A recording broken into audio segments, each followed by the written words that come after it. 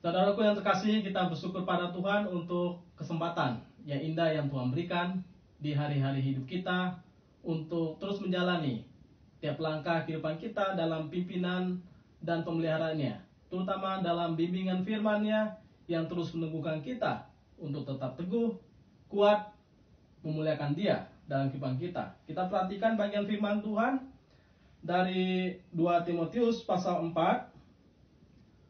2 Timotius pasal 4 ayat 1 sampai dengan ayat yang ke-8. Di sana dikatakan, di hadapan Allah dan Kristus Yesus yang akan menghakimi orang yang hidup dan yang mati, aku berpesan dengan sungguh-sungguh kepadamu demi penyataannya dan demi kerajaannya. Beritakanlah firman, siap sedialah, baik atau tidak baik waktunya. Nyatakanlah apa yang salah, tegurlah dan nasihatilah dengan segala kesabaran dan pengajaran. Karena akan datang waktunya orang tidak dapat lagi menerima ajaran sehat, tetapi mereka akan mengumpulkan guru-guru menurut kehendaknya untuk memuaskan keinginan telinganya. Mereka akan memalingkan telinganya dari kebenaran dan membukanya bagi dongeng. Tetapi kuasailah dirimu dalam segala hal, sabarlah menderita, lakukanlah pekerjaan pemberitaan Injil dan tunaikanlah tugas pelayananmu. Mengenai diriku, darahku sudah mulai dicurahkan sebagai persembahan dan saat kematianku sudah dekat. Aku telah mengakhiri pertandingan yang baik, aku telah mencapai garis akhir, dan aku telah memelihara iman. Sekarang telah tersedia bagiku mahkota kebenaran yang akan dikaruniakan kepadaku oleh Tuhan, Hakim yang adil pada harinya. Tetapi bukan hanya kepadaku, melainkan juga kepada semua orang yang merindukan kedatangannya. Bagian yang dinyatakan oleh Paulus kepada Timotius ini adalah sesuatu yang sangat menarik. Karena memang panggilan adalah anugerah daripada Tuhan untuk kita jalani dalam kehidupan kita. Orang melayani Tuhan dengan berbagai alasan. Ada karena dengki, ada karena marah, ada juga karena memang demi keuntungan pribadi. Tetapi menarik bahwa waktu kita memilah-milah saja, sebetulnya kenapa orang mau melayani Tuhan? Dari situ saja banyak sekali motivasi-motivasi yang terselubung, yang kalau tidak hati-hati, orang itu bisa salah dan terjebak dalam hidupnya. Sehingga tidak heran kemudian arah dari pelayanan itu pun menjadi salah. Kenapa? Karena seorang yang melayani Tuhan pun hanya memakai kata Tuhan sebagai jualan di dalam pelayanan. Sehingga dalam bagian ini Paulus ingin mengingatkan kepada Timotius bahwa panggilan melayani itu adalah panggilan yang mulia, karena asalnya daripada Tuhan. Juga sekaligus merupakan suatu panggilan yang sangat berat. Kenapa? Karena ini bicara tentang suatu saat semua orang akan dihakimi di hadapan Allah, di hadapan Yesus Kristus, yang hidup maupun yang sudah mati. Artinya tidak ada seorang pun yang bisa lolos daripada penghakiman Tuhan. Tapi yang menarik bahwa pada akhirnya ketika kita mengerjakan segala tugas tanggung jawab kita, dalam pekerjaan, dalam pelayanan, dalam keluarga, dalam apapun itu, harusnya bisnis kita satu adalah kerinduan kita memuliakan nama Tuhan. Nah, di dalamnya terisi juga bahwa kita akan menyelesaikan semuanya selesai dengan terbaik, tanpa cacat celah. Karena begitu banyak orang kemudian mengakhiri pertandingan secara setengah. Kemudian ada orang mengakhiri pertandingan setelah dia meninggal, maka kemudian begitu banyak simpang siur, kekacauan yang terjadi selama hidupnya. Sehingga ada buah yang tidak baik, atau ada sesuatu yang tidak benar yang dijalankan dalam semasa hidupnya. Sehingga dalam bagian ini kita bisa belajar bahwa hati-hatilah dalam melayani Tuhan. Selama hidup mungkin orang tidak tahu apa yang kita perbuat, entah itu baik, entah itu jahat. Kemudian waktu kita mati, semua itu terkuak. Ya kalau baik syukur, tapi kalau jahat, wah betapa memalukan. Kita bukan hanya dihakimi saat kita hidup, ternyata juga dihakimi saat kita mati. Dalam bagian ini juga dihakimi ketika menghadap Tuhan itu sebagai Allah, pemilik pencipta kehidupan kita. Sehingga harusnya kita mengakhiri pertandingan kita dengan baik, sama seperti yang dinyatakan oleh Paulus di dalam suratnya kepada Timotius. Dalam bagian ini kita tahu bahwa hidup adalah medan pertandingan yang memang tidak mudah. Siapa yang berkata hidup ini mudah? Tidak. Apalagi ketika jatuh dalam dosa, manusia penuh dengan pergumulan tantangan hidup yang memang tidak sederhana. Tapi memang kita tidak diciptakan untuk menikmati kemudahan kenyamanan. Tujuan kita diciptakan adalah apapun kondisinya, kita tetap berserah bersandar melayani Tuhan dengan segenap kehidupan kita. Sehingga meskipun hidup tidak mudah, ya harus kita hadapi. Hadapi apa? Dengan iman, dengan pengharapan, dengan kasih kepada Tuhan, dan terus melayani sesama. Sehingga kita selesaikan dan kita menangkan dalam semangat perjuangan. Perjuangan apa? Perjuangan iman untuk melakukan segala ketetapan kehendak Tuhan di dalam kehidupan kita. Sehingga menurut saya, kalau kita memperhatikan waktu-waktu kita itu, sebetulnya yang Tuhan berikan itu adalah anugerah. Waktu itu adalah anugerah yang Tuhan berikan kepada kita. Ada batas-batasannya. Kita tidak selama hidup dalam dunia ini. Ada waktu yang kemudian kita akan berhenti, berakhir. Tapi pertanyaannya adalah, apakah kita sudah mengakhiri dengan suatu karya, suatu perbuatan yang baik, suatu perbuatan yang memuliakan Bapa, menjadi berkat, mengasihi orang di sekitar kita.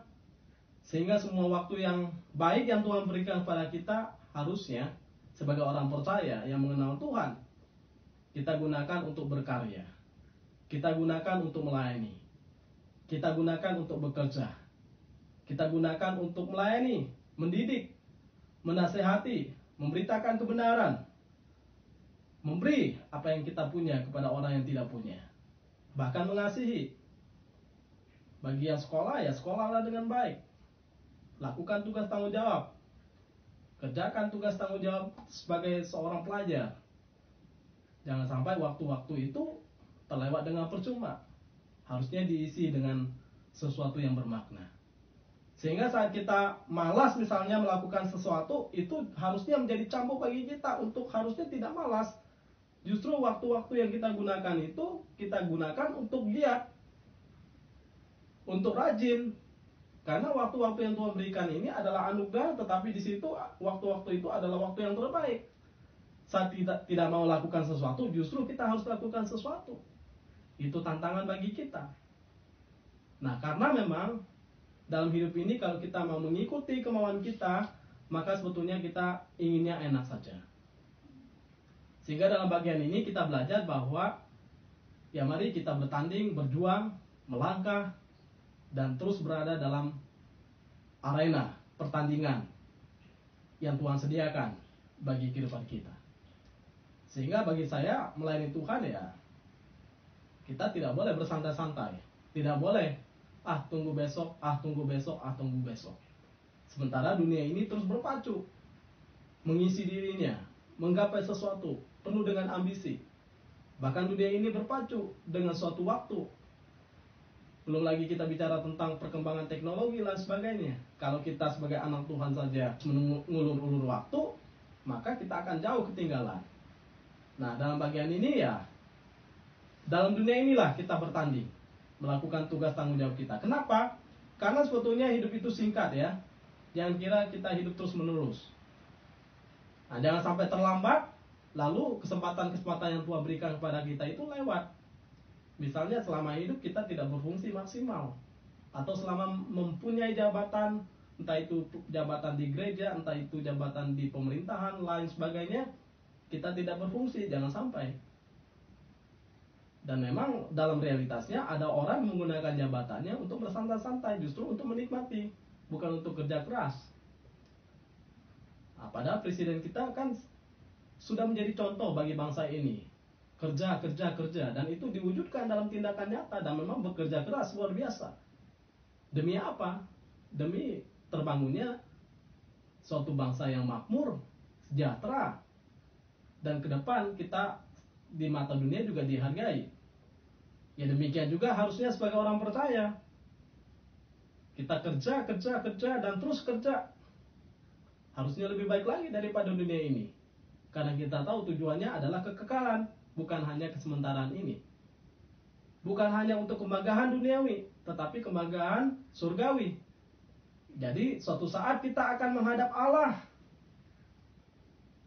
Allah yang adil sebagai hakim yang memang tidak pernah salah menghakimi setiap orang.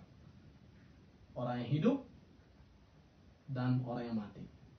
Artinya orang yang masih hidup, kalau Tuhan datang suatu waktu ya kita dihakimi. Atau sudah mati, suatu waktu ya pada waktunya akan dihakimi. Jadi suatu saat orang tidak lagi dapat menerima ajaran yang sehat. Ini urgensi ya dalam pelayanan. Jadi pelayanan itu harus kita lihat bahwa kalau kita tidak mengerjakan sesuatu, maka pengajar-pengajar sesat itu akan melakukan sesuatu. Nah, disinilah kita harusnya gelisah sebagai anak Tuhan. Kalau saya tidak melakukan sesuatu, jangan kira dunia ini diam. Kita ini sebetulnya sedang berlomba dengan dunia ini. Dunia ini penuh dengan agenda-agendanya. Pengajar-pengajar sesat terus masuk. Berusaha untuk menggoyahkan, menggoncangkan, bahkan menenggelamkan pemahaman iman Kristen kita. Nah, dalam bagian ini, ya jadi marilah kita dapat dikatakan, ya berkejar-kejaranlah dengan dunia ini. Bertandinglah dengan dunia ini. Bahkan bertandinglah dengan diri kita. Supaya kita itu tidak ketinggalan, bahkan kita itu membawa suatu dampak dalam kehidupan ini. Sehingga sebetulnya mari isi hidup ini dengan suatu versi yang terbaik yang ada dalam diri kita masing-masing. Sehingga aku berpesan dengan sungguh-sungguh kepadamu demi penyataannya dan demi kerajaannya dikatakan. Tuhan sudah menyatakan dirinya, kerajaannya sudah dianugerahkan untuk orang percaya. Maka apa alasan untuk kita berhenti, untuk kita bersantai, bahkan untuk kita tidak mengerjakan tugas tanggung jawab kita? Tuhan sudah memberikan kuasa, itu dikatakan di dalam Matius. Kepadamu telah diberikan kuasa untuk pergi. Pergi apa? Memberitakan Injil. Kuasa daripada Tuhan berikan kepada kita. Dan memang Roh Kudus menyertai kita dalam pemberitaan-pemberitaan yang kita sampaikan di dalam mimbar pelayanan kita. Bahkan mimbar pelayanan yang hidup adalah seluruh totalitas aktivitas kehidupan kita. Sehingga isilah hidup kita ini dengan suatu versi yang terbaik, seperti talenta, seperti bakat, seperti karunia, bahkan seperti kepintaran yang Tuhan anugerahkan kepada kita. Karena sebetulnya dalam segala kondisi apapun, itu adalah kondisi yang terbaik, yang memang bisa menjadi alasan kita untuk mengisi hal-hal yang terbaik yang Tuhan anugerahkan kepada kita. Di sini dikatakan ayat 2, beritakanlah firman, siap sedialah baik atau tidak baik waktunya, nyatakanlah apa yang salah, tegurlah dan nasihatilah dengan segala kesabaran dan pengajaran. Martin Luther King Jr. berkata bahwa setiap saat itu adalah saat-saat yang baik untuk melakukan hal yang terbaik. Jadi tidak ada alasan karena kondisi maka kita berhenti, atau karena kondisi kita tidak lakukan tugas tanggung jawab kita. Karena sebetulnya setiap saat itu atau setiap waktu adalah waktu yang baik untuk kita melakukan sesuatu yang terbaik. Untuk apa? Untuk kemuliaan nama Tuhan. Kalau memang Tuhan kasihnya sudah ada dalam hidup kita, maka di dalam hati kita ini penuh dengan api yang mengalir, yang berkobar-kobar untuk melaksanakan tugas tanggung jawab kita. Tapi kalau kita nggak merasakan kasih Tuhan itu, ya kasihan sekali. Berarti kita tidak pernah merasakan bagaimana penembusan Kristus itu yang begitu berharga yang diberikan kepada kita, sehingga kita rasa ya nggak ada sesuatu yang dampak pada hidup saya. Ya, kalau itu yang kita alami, berarti memang kita tidak pernah menghargai tentang anugerah Tuhan, kasihnya yang begitu besar bagi kita. Sehingga kalau Tuhan begitu baik, maka kesempatan-kesempatan adalah kesempatan yang terbaik untuk kita lakukan hal-hal yang terbaik. Sehingga orang-orang yang melayani Tuhan punya jiwa yang besar untuk suatu pekerjaan Tuhan. Ya harusnya demikian.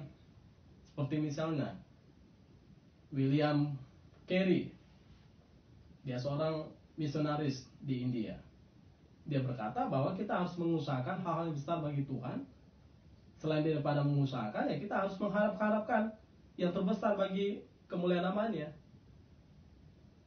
Ya dalam bagian ini ya kita tahu bahwa kita memang harus berharap yang besar, tapi kita juga harus lakukan hal yang besar. Karena memang pekerjaan Tuhan itu pekerjaan yang besar. Sehingga Yesus datang ke dalam dunia ini karena begitu besar kasih Allah akan dunia ini. Dan jangan pernah menunggu untuk kita menjadi sempurna, atau bahkan menunggu momen-momen yang sempurna. Tetapi ambillah waktu-waktu yang tidak sempurna itu dipakai untuk menjadi alat Tuhan yang sempurna. Dengan kata lain bahwa kita yang tidak sempurna ini pun jangan menjadi alasan untuk tidak mengerjakan pekerjaan yang Tuhan yang sempurna itu. Tapi kerjakanlah di balik keterbatasan kita. Tetapi bukan alasan untuk kita asal-asalan.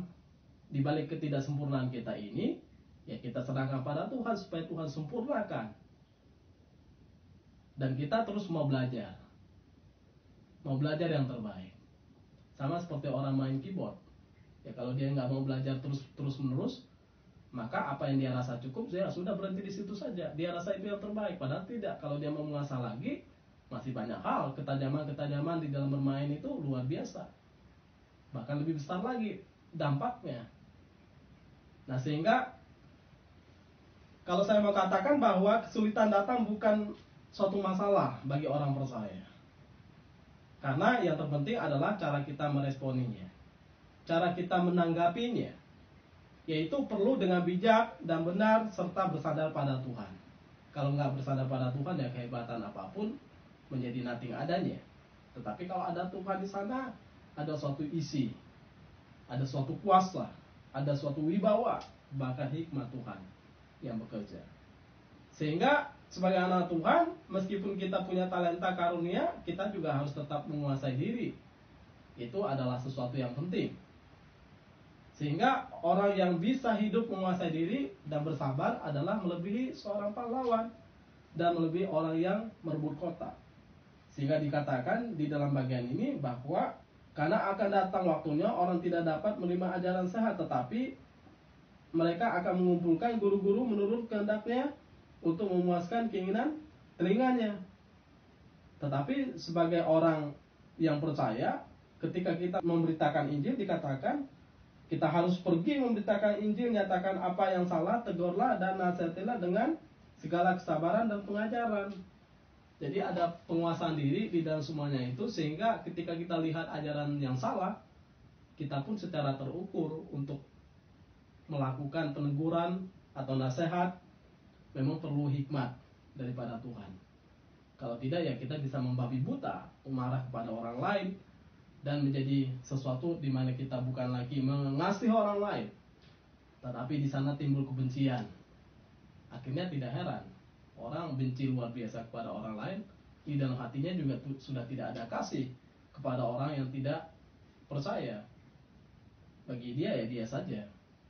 Dan di dalam Alkitab ada kisah Yunus kan, karena dia saking bencinya, disuruh menegur, disuruh menyatakan kebenaran Tuhan, tidak mau.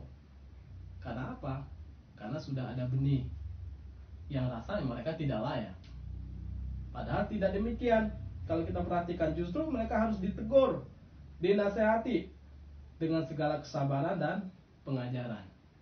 Nah, tugas kita itu menasehati, menegur, mengajar, menyatakan apa yang salah itu. Nah, karena itu perlu menguasai diri kita. Jangan pernah bertindak ceroboh. Jangan juga mudah menyerah, mudah putus asa, terjebak dalam dunia dan tenggelam dalam kondisi-kondisi, ya termasuk dalam penderitaan yang kita hadapi. Termasuk juga jangan terpuruk karena pandemi ini. Karena ini adalah sesuatu bagian saja daripada hidup kita, bukan seluruh bagian daripada kehidupan kita. Pandemi ini bukan sesuatu titik akhir, tetapi suatu bagian harusnya memacu kita untuk bersandar, beriman, taat, menyerahkan hidup kita dalam tangan Tuhan. Jadi kuasailah diri kita dan berfokuslah pada panggilan kita. Ya kalau orang tidak ingin terlibat dalam pelayanan, ya jangan dipaksa-paksa. Biarkanlah dia memahami dulu apa arti pelayanan. Ya kadang kita memaksa orang juga, ya kita sendiri yang lelah ya. Kita sendiri yang juga capek. Karena mau dipaksa, ya tetap aja nggak ngerasa perlu melayani. Tapi biarlah kita terus doakan, kita terus memberi pengertian. Nah kalau dia tidak ikut, ya biarkan saja. Kita tetap lakukan tugas tanggung jawab kita tetap fokus pada panggilan Tuhan. Meskipun mungkin kita seorang diri ya, tidak masalah. Biarkanlah orang nanti melihat apa yang kita kerjakan. Ya syukur-syukur kemudian mereka merasa bahwa itu hal yang terpenting untuk dikerjakan dalam hidupnya. Tapi kalau dia nggak ngerti, ya dia yang kasihan, bukan kita. Kalau kita bisa menguasai diri kita, maka kita sebagai orang Kristen bisa tetap menghasilkan buah di segala musim kehidupan. Ya karena memang sebetulnya buah itu harusnya tetap ada di setiap musim. Apalagi buah kita sebagai orang percaya. Ya kalau buah tumbuh-tumbuhan ya memang ada musimnya. Tapi kan kita sebagai orang percaya dalam keadaan apapun juga harusnya menghasilkan buah. Buah itu tetap. Tetapi Yesus juga berkata bahwa di luar aku kamu tidak bisa berbuat apa-apa. Termasuk juga menghasilkan buah. Kenapa ada pohon ara dikutuk oleh Tuhan Yesus? Apakah Tuhan Yesus kurang kerjaan? Ya memang belum waktunya musim berbuah. Yaitu sindiran kepada orang Yahudi. Sindiran juga kepada orang percaya. Bahwa memang setiap musim, kalau Tuhan melihat, kalau Tuhan datang, ya kita harus ditemukan sebagai orang yang berbuah. Ya kalau tidak berarti kita mati, kita tidak ada faedahnya. Ya berarti kalau kita tidak ada faedahnya, kita tidak berbuah, ya sama hal, kita terkutuk istilahnya. Dapat dikatakan kita mandul, tidak menghasilkan apa-apa. Jadi apa gunanya kehidupan itu? Ya tidak ada gunanya. Selain dibuang dan diinjak orang. Itu istilah untuk garam. Tapi kalau buah nggak ada gunanya. Ranting itu maka akan dipotong. Nanti akan dibakar. Jadi kita tetap fokus pada pekerjaan pemberitaan Injil yang telah Tuhan anugerahkan pada kita. Kita tetap setia di sana. Sehingga orang akan memalingkan diri mereka dari pengajaran-pengajaran yang benar, kemudian mereka akan mengikuti pengajaran-pengajaran palsu. Menurut apa? Keinginan mereka sendiri, menurut kehendak mereka untuk memuaskan telinganya. Mereka akan memalingkan telinga dari kebenaran dan membukanya bagi dongeng-dongeng. Yang gak heran sebetulnya ajaran-ajaran motivasi itu begitu banyak digemari orang, karena memang orang suka senang sih dengan satu ajaran-ajaran yang memberi satu gairah, mempush mereka untuk dapatkan suatu ambisi mereka. Padahal kalau Alkitab tidak mempush kita untuk mendapatkan suatu ambisi kita, tetapi untuk meraih apa yang Tuhan kehendaki bagi kehidupan kita. Boleh kaya? Boleh. Itu salah satu berkat daripada Tuhan. Boleh nggak kita terus sehat-sehat? Sangat boleh. Itu tanda berkat Tuhan, anugerah Tuhan. Tapi kalau kita sakit, bukan berarti tanda celaka. Mungkin ada maksud Tuhan di dalamnya. Kalau kita mungkin miskin, ya bukan berarti kita tidak diberkati loh. Ada juga maksud Tuhan di dalamnya. Tapi bukan berarti karena kita miskin, kita malas bekerja.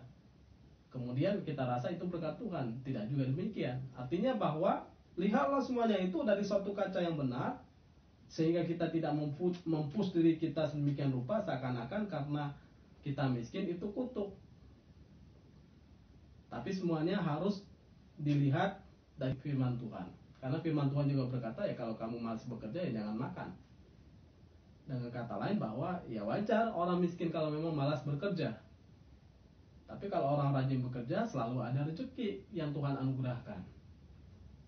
Tidak harus menjadi orang kaya. Karena semua akan Tuhan anugerahkan sesuai dengan takaran yang patut bagi masing-masing orang.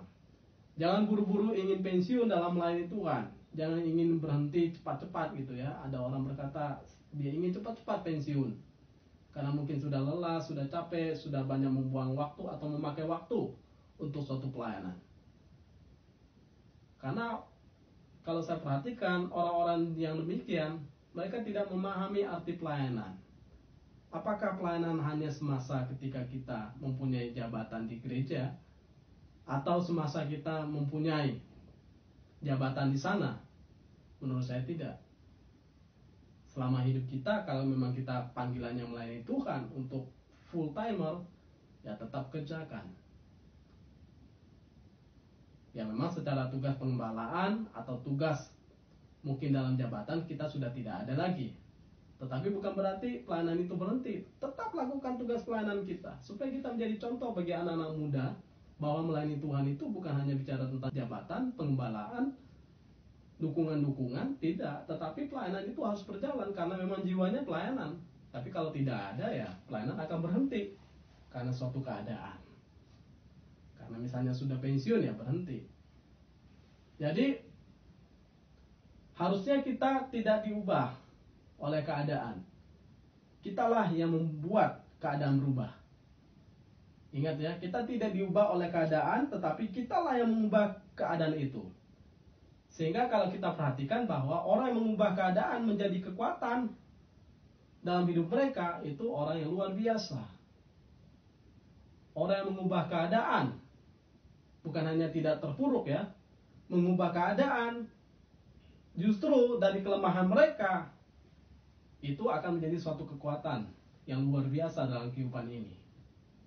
Tony Melendez berkata bahwa dengan dia tidak punya tangan bukan berarti itu sesuatu hal yang membuat dia terpuruk. Justru dia lihat ini suatu anugerah daripada Tuhan.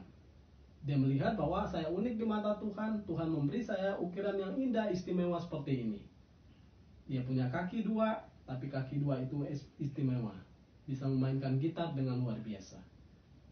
Suaranya juga sangat bagus. Tapi menarik dari perkataan dia adalah dia menganggap itu adalah anugerah Tuhan.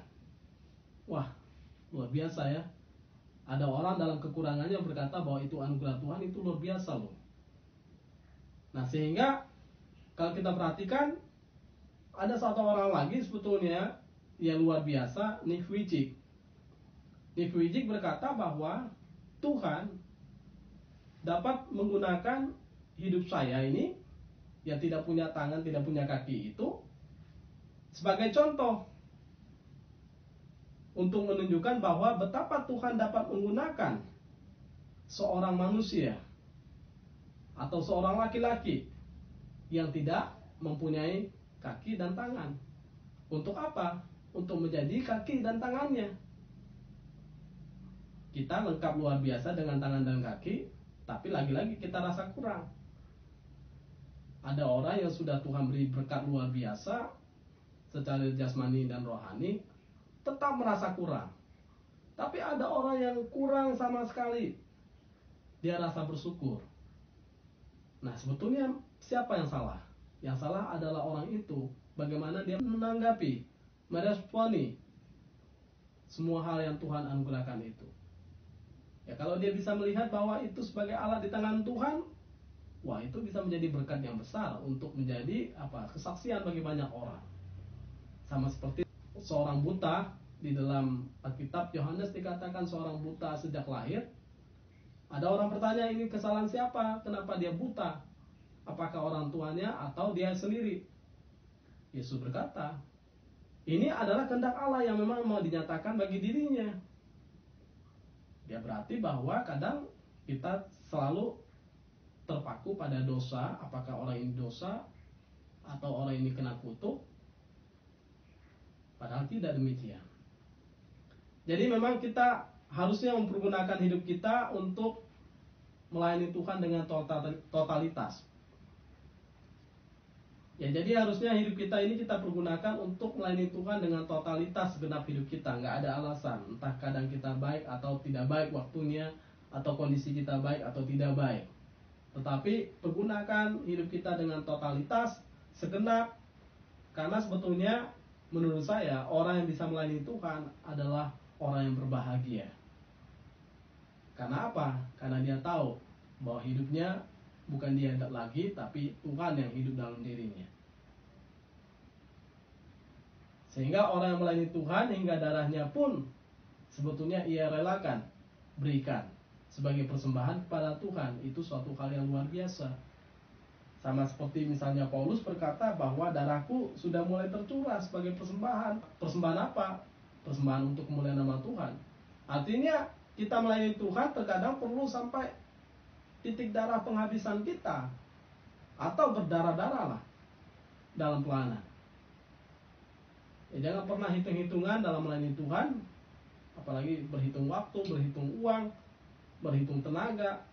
Apa yang kita bisa nih kita gunakan untuk Tuhan. Kalau kita tidak bisa memberi uang, ya gunakan tenaga kita, pikiran kita. Ya syukur-syukur semuanya bisa kita lakukan. Tetapi kalau tidak, ya salah satu. Sehingga ya sangat penting kita berkontribusi dalam pelayanan. Tidak dengan jumlah banyak, ya jumlah sedikit kita pakai. Karena memang itu yang kita punya misalnya. Kalau kita perhatikan ya dalam Alkitab, orang-orang kaya juga banyak memberi. Tetapi juga ada seorang janda miskin yang juga memberi untuk pekerjaan Tuhan. Siapa yang lebih bernilai? Siapa yang lebih hebat? Tidak ada. Yang hebat adalah orang yang rela memberi sesuai dengan takarannya masing-masing, sesuai dengan kesanggupan mereka. Nah, orang yang berbahagia dalam hidupnya adalah orang yang bisa memberikan terbanyak, terbaik, termulia bagi kemuliaan nama Tuhan. Entah dengan talenta, pikiran, kekuatan. Alkitab berkata dengan segenap hati, dengan segenap jiwa, dengan segenap akal budi, kekuatan kita gunakan untuk melayani Tuhan. Jadi yang terbaik, sehingga kita nggak pernah menyesal kenapa kita lakukan itu. Kenapa kita harus menyesal? Karena itu kita lakukan untuk Tuhan kan. Dan itu pun asalnya daripada Tuhan. Nggak layak sebetulnya kita menyesal. Dan nggak layak juga kita menuntut daripada Tuhan. Karena Tuhan tahu yang terbaik, yang kita perlukan, kita butuhkan. Tugas kita melakukan tugas tanggung jawab kita. Biarkan Tuhan yang melakukan maksud dan tujuannya, ketetapannya bagi kehidupan kita. Orang kaya adalah orang yang memakai segenap hidupnya untuk melayani Tuhan. Bukan hanya orang yang punya harta benda, jabatan, bahkan punya begitu banyak harta, tidak. Tapi dipakai nggak hidupnya itu untuk Tuhan? Ya kalau nggak dipakai, nothing juga. Suatu saat akan berakhir di kuburan. Tapi kan kita nggak mau hidup kita berakhir di kuburan saja. Kita mau hidup kita menjadi puji-pujian bagi hormat kemuliaan nama Tuhan di kekekalan sana. Tuhan disenangkan. Tuhan bangga melihat kita melakukan hal-hal yang memuliakan nama Dia. Menjadi kesaksian. Bahkan waktu hidup kita sudah berakhir pun orang masih mengingat kita. Karena apa? Karena kesaksian kita hidup. Karena memang layak untuk diingat, menjadi berkat, menjadi teladan. Dan memang Alkitab berkata bahwa ingatlah orang-orang yang telah menjadi teladan, menjadi guru, menjadi pengajar, yang semasa hidupnya mengajarkan suatu kebenaran, dan kebenaran itu memang hidup dalam kehidupan mereka. Ingatlah mereka. Jadi baik dimanapun juga, di kantor, dalam keluarga, dalam pelayanan, ayo kita kerjakan sesuatu yang termulia, yang besar, yang terbaik bagi kemuliaan nama Tuhan. Kepada mereka yang melakukan yang terbaik, maka tersedia bagi mereka mahkota kehidupan. Ada orang yang tidak mau kerja tapi pengen upah. Atau ada orang yang tidak mau berlelah-lelah sudah ingin mahkota. Ya itu kan lucu kan? Ya kalau kita sudah berlelah-lelah, ya pasti Tuhan sediakan mahkota. Mahkota apa? Ya setidaknya mahkota kehidupan. Kita akan hidup bersama dengan Dia di dalam kekekalan sana. Tapi kalau bicara tentang keselamatan, itu memang anugerah. Tandanya apa orang menerima anugerah? Dia bekerja dengan baik. Dia melakukan suatu perbuatan-perbuatan yang baik. Tandanya juga dia hidup saleh, takut akan Allah, menjauhi kejahatan. Jadi Tuhan adalah sumber, dapat dikatakan, yang akan membalas tiap-tiap perbuatan kita. Kita tidak perlu menuntut Dia, tapi kita hanya perlu menuntut diri kita untuk melakukan yang terbaik bagi kemuliaan nama-Nya. Ya terkadang menyerahkan mutiara atau mahkota yang kita miliki atau hal-hal yang berharga dan yang kita anggap penting dalam hidup ini bagi kemuliaan Tuhan memang tidak selalu mudah. Butuh kekuatan, butuh energi, butuh pengorbanan. Tapi kalau kita sadar itu berkat dari Tuhan, itu harusnya dikelola bagi kemuliaan nama Tuhan. Kalau memang kita tidak tahu, kita tanya pada Tuhan, maksudnya apa Tuhan memberikan ini, untuk apa, untuk siapa. Kan semuanya ada maksud tujuan.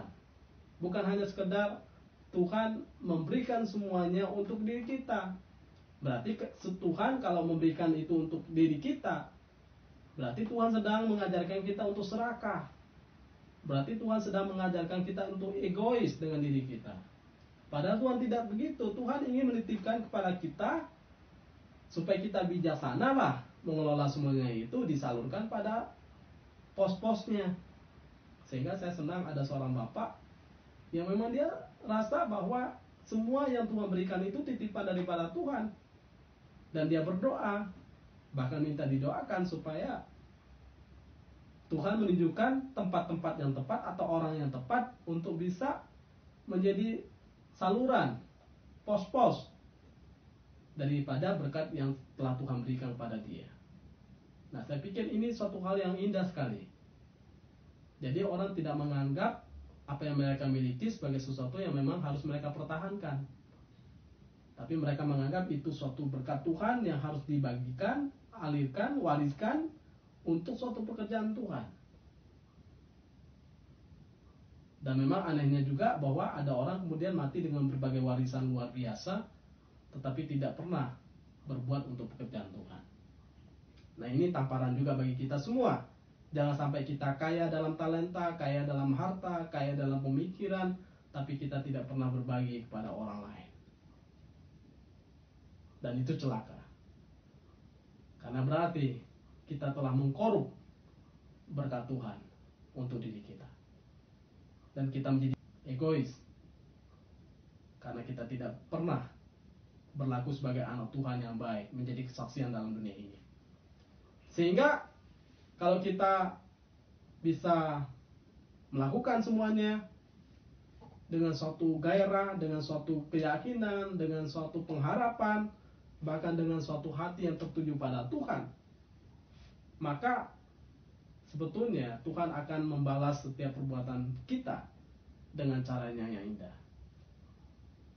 Ya, artinya bahwa jangan menuntut Tuhan untuk melakukan sesuatu bagi kita, tapi tuntutlah diri kita untuk melakukan sesuatu bagi Tuhan. Karena Tuhan adalah Tuhan yang paling tahu. Dia penuh dengan bijaksana. Dia mengatur, mengelola dengan caranya yang luar biasa. Kitalah yang kurang tahu. Sehingga kita perlu lakukan tugas tanggung jawab kita, minta hikmat, minta kekuatan, minta bijaksana, supaya apa yang kita perbuat ini tidak salah, tapi kita bisa berbuat sesuatu yang benar untuk kemuliaan nama Tuhan. Kiranya firman Tuhan ini meneguhkan kita, menolong kita untuk hidup benar di hadapan Tuhan dan isi hidup kita, supaya kita bisa berkata bahwa kita sudah mengerjakan pertandingan hingga akhir.